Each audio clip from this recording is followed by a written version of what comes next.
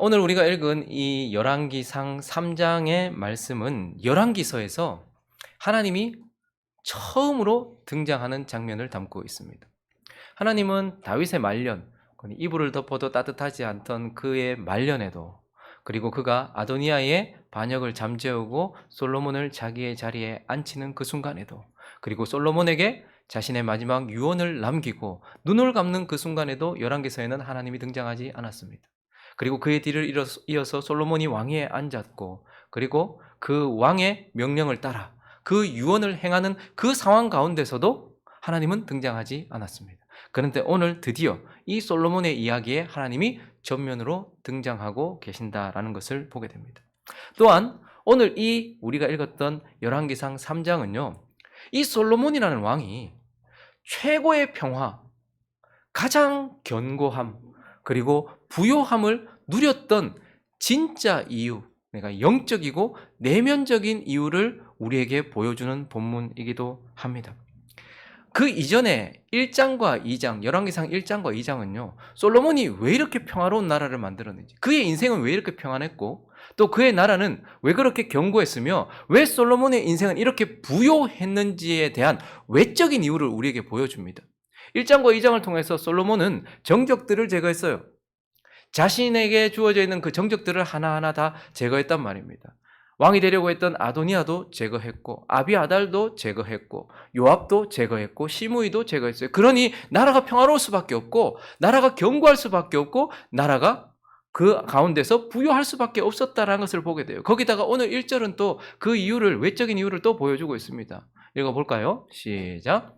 솔로몬이 애굽의 왕 바로와 더불어 혼인관계를 맺어 그의 딸을 맞이하고 다윗성에 데려다가 두고 자기의 왕궁과 여호와의 성전과 예루살렘 주의 성의 공사가 끝나기를 기다리니라. 물론 이제 솔로몬이 애굽의 왕 바로의 딸과 혼인을 맺은 것이 이제 그의 인간적인 모습을 돌아볼 뒤에 보면 큰 문제가 되긴 하지만, 지금 저 본문은 솔로몬의 저 행실에 대하여서 무엇인가 잘못을 지적하기보다는 그때 있었던 사실을 그대로 보도하고 있어요. 왜 솔로몬이 평화로웠고 견고했고 부유했는가 하면 애굽이 뒤에서 받쳐줬기 때문인 것입니다. 여러분, 애굽은 그 당시에 가장 큰 강대국이었어요. 거기다가요, 이스라엘은요, 조그마한 나라인데다가 430년 동안 뭐였어요? 애굽의 종이었어요. 사실 취급도 해주지 않는 나라였습니다. 거기다가 또 이 사람들은 목축하는 사람들이 있잖아요. 유목민들을 그래서 같이 식사도 안 했어요. 요셉이 총리였는데도 불구하고 애굽 사람들이 요셉하고 식사 같이 합니까? 안 합니까? 안 해요. 목축을 천하게 여겼고, 그래서 이스라엘 백성 전체를 천하게 여겼어요. 거기다가 이집트는요, 자기의 나라의 강성함 때문에 딸을 다른 나라에 내보낸 일이 없었습니다. 그럼에도 불구하고 지금 이집트가 자기의 딸을, 이집트의 왕 바로가 자기의 딸을 솔로몬과 혼인시켰다라는 것은 그만큼 이스라엘의 국제적인 어떠한 위상이 매우 올라가 있다라는 것을 보게 되고, 솔로몬이 이렇게 평안했던 이유 중에 하나, 그가 부유했던 이유 중에 하나는 이집트가 뒤에서 든든하게 받쳐주고 있었기 때문이다라는 것을 보여줘요.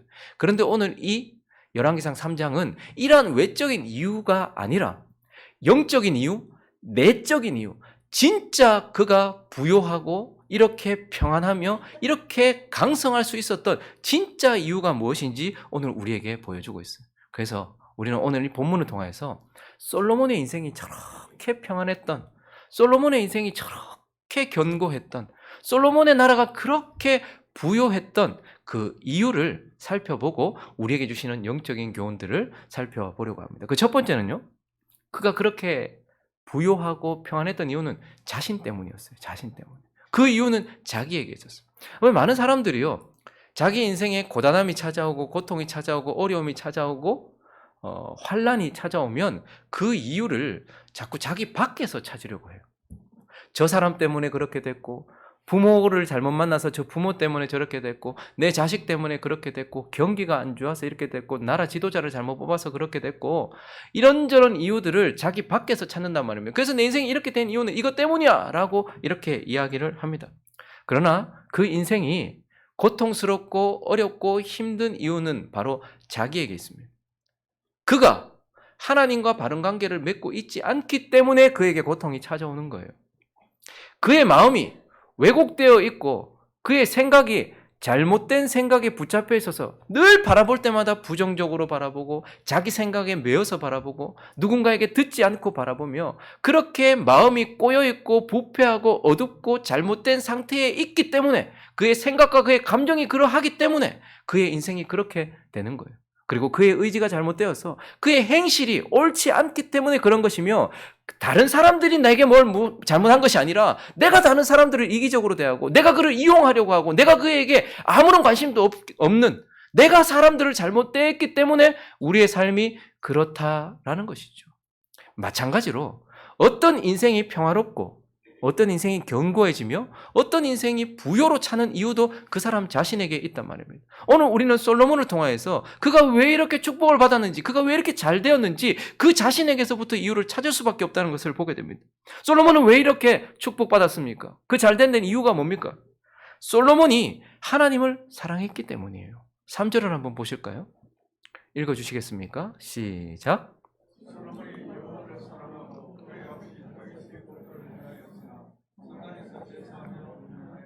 솔로몬이 이렇게 잘된 데에는 그가 하나님을 사랑했다라는 그 자신에게 이유가 있는 거예요. 여러분, 이스라엘의 왕들 중에 하나님을 사랑했다라는 표현이 들어가는 왕을 보셨습니까? 다윗도 그의 성전을 사모했다. 그의 말씀을 주야로 묵상하면서 그것을 사모했다. 뭐 이 정도로 나오지 내가 하나님을 사랑했다. 거기다가 솔로몬은 하나님을 사랑했고 그 사랑을 노래했던 유일한 사람입니다. 그래서 그리스도와 우리의 사랑을 우리는 누구를 통해서 보게 됩니까? 솔로몬이 기록한 아가서를 통해서 보게 돼요. 솔로몬은 하나님을 사랑했던 사람이었다라고 이렇게 말하고 있는 것입니다. 그 누구도 사용하지 않았던 하나님을 향해서 경외했던 왕들은 있어요. 하나님을 경외했고 하나님께 순종했던 왕들은 몇몇 있었지만 그가 이렇게 하나님을 사랑했다라고 표현했던 왕은 없었어요. 그런데 솔로몬은 하나님을 사랑했다라고 말하고 있고 그래서 잠언 8장 17절에 그는 이렇게 기록하고 있습니다. 읽습니다. 시작. 나를 사랑하는 자들이 나의 사랑을 입으며 나를 간절히 찾는 자가 나를 만날 것이다. 솔로몬이 하나님을 사랑했기 때문에 그의 사랑을 입었고 그렇게 했기 때문에 그가 하나님을 만나며 그렇게 잘된 인생이 되었다라는 것을 보게 돼요. 그러니 그 이유가 솔로몬에게 있어요. 하나님을 사랑한 솔로몬 자신 때문이라는 거예요. 그리고요. 또한 솔로몬은요. 하나님께 헌신했기 때문이에요. 왜 그가 잘 됐는가?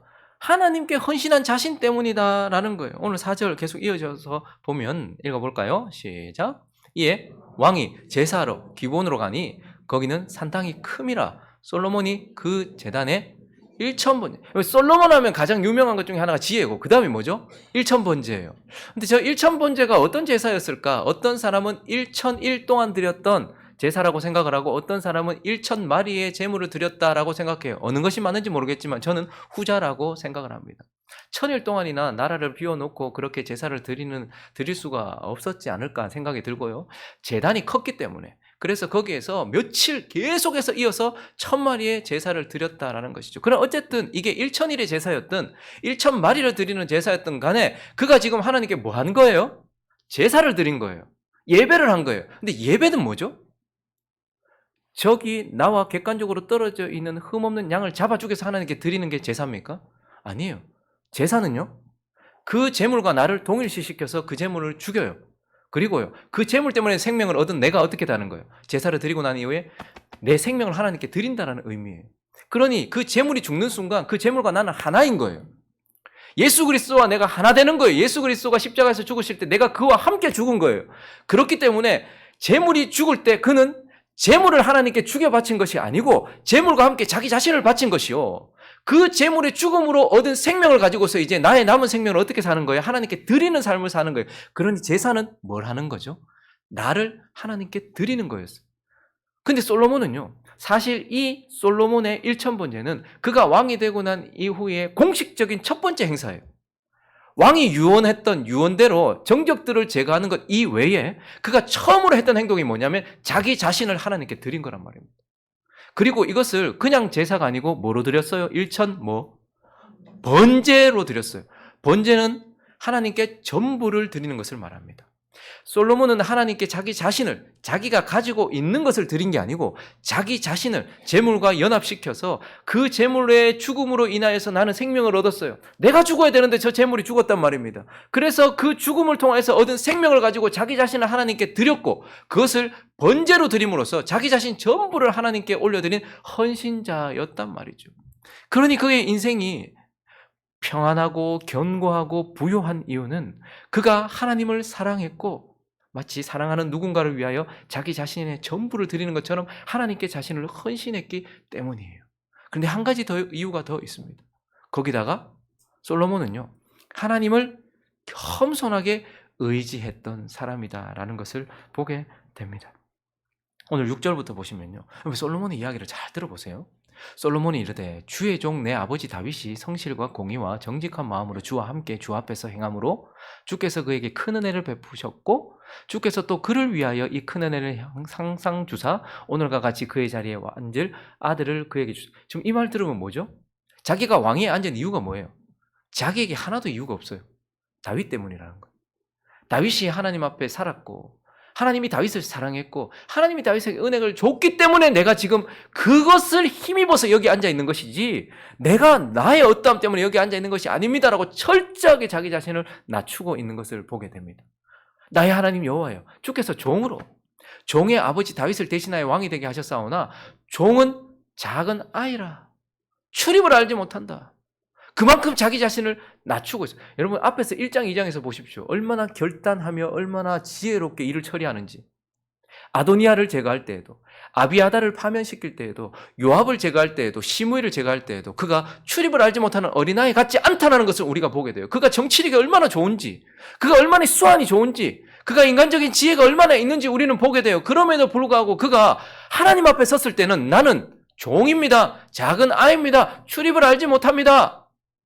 그러니 주께서 택한 백성 가운데 이런 상태로 있으니 그들은 또 큰 백성이고 수요가 많아서 셀 수 없고 기록할 수도 없는 그들을 내가 다스리게 되었습니다. 그들을 재판해야 됩니다. 그들을 공의로 다스려야 됩니다. 그러니 어떻게 합니까? 듣는 마음 주십시오. 재판하여 선악을 분별할 수 있도록 해 주십시오라고 말하면서 10절에 보니까 솔로몬이 이것을 구했다 이렇게 얘기하고 있는 거예요. 그러니까 솔로몬은요, 하나님 앞에 겸손하게 자기를 낮추어서 자기가 그렇다고 아무것도 하지 않은 게 아니에요. 자기가 해야 될 일을 하지만 어떻게 하는 거예요? 하나님께 구해서 받는 거예요. 하나님을 철저하게 의지하고 있는 거예요. 하나님을 의지하는 그 인생, 그래서 그가 잘 되었다 이렇게 이야기하고 있죠. 그래서 성경이 뭐라고 말합니까? 시편 37편에 가보시면 5절 있습니다. 시작. 내 길을 여호와께 맡기라. 그를 의지하면 그가 솔로몬이 말씀대로 했어요.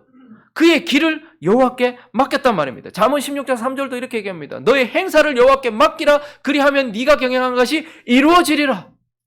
시편 55편 22절도 말합니다. 내 짐을 여호와께 맡기라. 그가 너를 붙드시고 의인의 요동함을 영원히 허락하지 아니하시리라.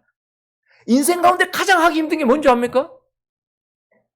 내가 하나님께 모든 것을 맡기면서 하나님의 뜻대로 움직이는 것이 가장 힘들어요. 의지를 가지고 있는 우리가 누군가를 의지한다는 것이 정말로 힘들어요. 근데 솔로몬은 하나님을 사랑했습니다. 그리고 전부를 하나님께 헌신했고, 그리고요, 하나님을 의지하는 인생이었다라는 거예요. 그렇기 때문에 솔로몬의 이 복됨, 그의 인생이 잘 된 데는 분명한 이유가 있는 거예요. 그 이유가 어디에 있는 거예요? 그 자신에게 있는 거예요. 하나님을 사랑했던 그 자신에게 있었고 하나님께 헌신했던 그 자신에게 있었으며 하나님을 끊임없이 의지했던 그 자신에게 있었다라는 것을 우리는 보게 되는 것입니다. 그리고 오늘 본문을 통해서 또 하나 우리는 솔로몬이 잘 된 데는 또 다른 이유를 보게 되는데 그것은 뭐죠? 하나님 때문이에요. 하나님 때문이다. 솔로몬의 인생이 정말 평화로웠습니다. 여러분, 우리가 평안할 수는 있잖아요. 근데 견고하지 않을 수 있거든요. 그러니까 평안이 계속 이어지려면 견고해야 되는데 그는 평안했고요. 그 다음에 견고했어요. 거기다가요, 뭐 평안하기만 하면 됩니까? 뭐라도 있어야 되지 않습니까? 부유해야지요. 풍성해야지요. 근데 솔로몬의 삶은 매우 평화로웠고 거기다가 견고했으며 그리고요, 풍성했다. 시간이 지나면 지날수록 풍성했다. 이렇게 말하고 있어요. 그런데 왜 그랬다는 거예요? 그 자신에게도 이유가 있지만 그러나 오늘 본문은 하나님 때문이다라고 이렇게 말씀을 하고 있는 겁니다. 그래서 이 열왕기상 3장에 하나님이 처음 등장하는 이유도 솔로몬의 풍성함에는 내가 있다라고 말씀하기 위하여서 여기에 드디어 열왕기에 하나님이 등장하고 있는 것입니다. 자, 그러면 그 솔로몬을 풍성하게 했던 하나님은 어떤 하나님인 것입니까? 어떤 하나님입니까? 솔로몬은 왜 풍성해졌습니까? 구하라 하신 하나님 때문이에요. 하나님 어떤 하나님이에요? 솔로몬에게 제일 먼저 나타나서 가장 먼저 하신 말이 뭐예요? 죄를 지적하거나 뭐 어떻게 하는 것이 아니고 구해라 라는 말을 하셨어요. 5절을 한번 읽어볼까요? 시작. 기본에서 밤에 여호와께서 솔로몬의 꿈에 나타나시니라. 하나님이 이르시되 내가 네게 무엇을 줄꼬? 솔로몬이 가장 먼저 하나님께 들었던 말은 내가 네게 뭐 해줄까? 라는 거였어요. 내가 네게 뭐 해줄까? 그래서 솔로몬이 이렇게 부강했던 이유, 그가 평화로웠던 이유는 바로 구하라 하신 이 하나님 때문이다라는 것을 보게 됩니다. 그런데 하나님은 누구에게 구하라고 하시죠? 하나님은 누구에게 구하라고 하십니까? 하나님은 자기가 사랑하는 자에게 구하라 하세요. 자기가 사랑하는 자에게. 여러분 사무엘 하에 보면 여러분 혹시 이 솔로몬의 다른 이름을 아십니까? 사무엘 하 가볼까요? 12장 24절부터 25절을 읽어보겠습니다. 자, 시작. 다윗이 그의 아내 밧세바를 위로하고 그에게 들어가 그와 동침하더니 그가 아들을 낳음에 그의 이름을 솔로몬이라 하니라. 여호와께서 그를 사랑하사 선지자 나단을 보내 그의 이름을 여디디야라 하시니 이는 여호와께서 사랑하셨기 때문에. 솔로몬의 다른 이름은 바로 여디디야였고 여디디야라는 뜻은 하나님이 사랑하신다 이런 뜻이에요. 그러니까 솔로몬은 하나님의 사랑을 받았던 자였습니다. 그러니 하나님이 자기가 사랑하는 자에게 내가 뭐 해줄까? 뭐 할까? 라고 구해라 라고 했던 거예요. 그렇지만 또한 동시에 3절을 보시면 솔로몬이 여호와를 또 어떻게 했어요? 사랑했다라고 이렇게 이야기를 하고 있는 거예요. 그러니까 하나님이요 누구에게 구하라 하시냐면 자신이 사랑하는 자에게 구하라 하시고 자신을 사랑하는 자에게 구하라 하시는 거예요. 여러분 사람이요 언제 하나님께 간구하는 줄 아십니까? 절박하다고 기도하는 줄 아십니까? 아닙니다. 저는 절박한 상황에 처해 있는데도 기도하지 않는 많은 사람들을 봅니다. 하나님이 구하도록 허락하신 사람. 그러니까 하나님이 내게 구해라 라고 말하는, 그래서 누가 기도하느냐 하면 하나님을 사랑해서 하나님이 구할 마음을 주신 그 사람이 사실 기도해요.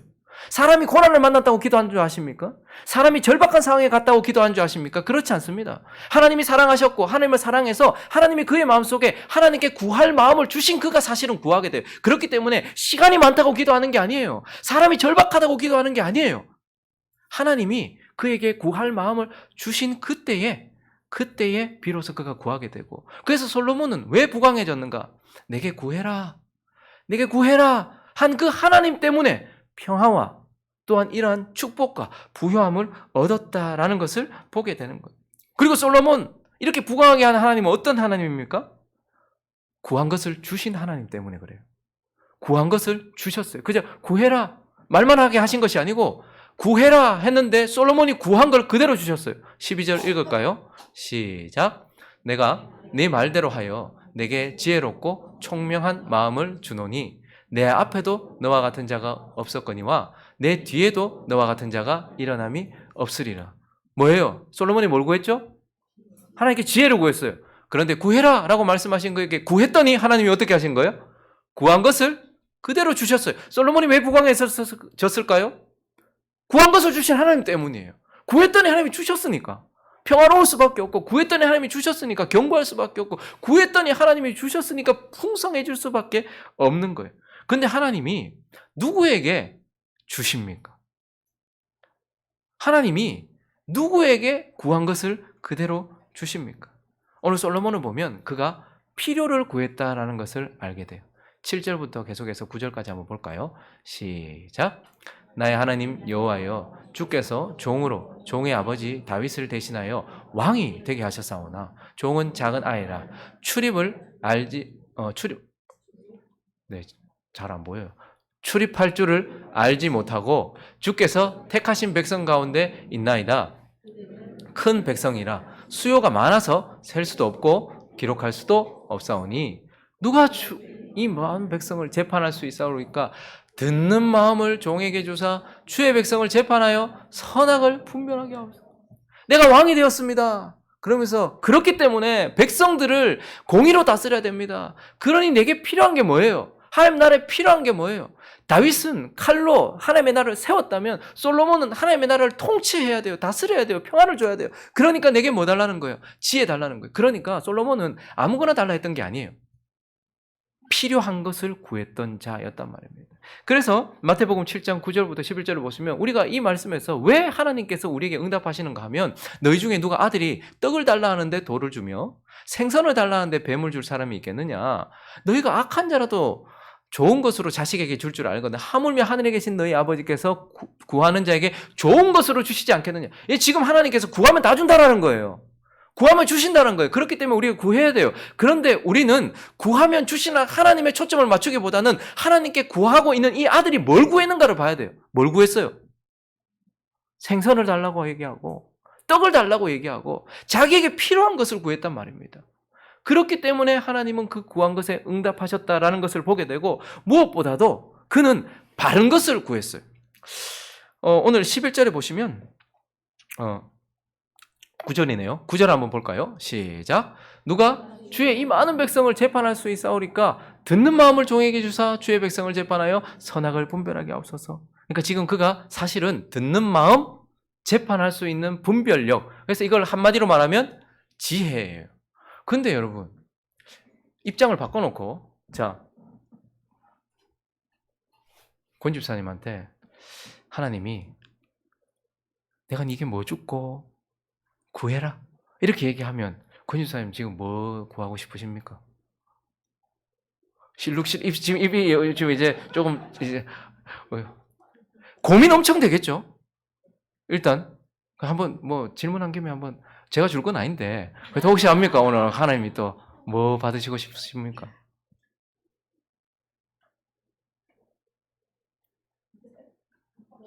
생각해야 되죠. 맞아요. 생각해야 돼요. 여러분 하나님께 지금 우리가 목록 적어가 내게 지금 그런 일이 일어났다고 생각해 보십시오. 지금 내한테 그러면 이게 지금 내가 내한테 뭘 하나 해준다는 거잖아요. 그러면 이걸 하려고 하니 이게 밟히고 저걸 하려고 하니 이게 밟혀요. 근데 사실 솔로몬이 지혜를 구했다는 것은 사실 얼토당토하네요.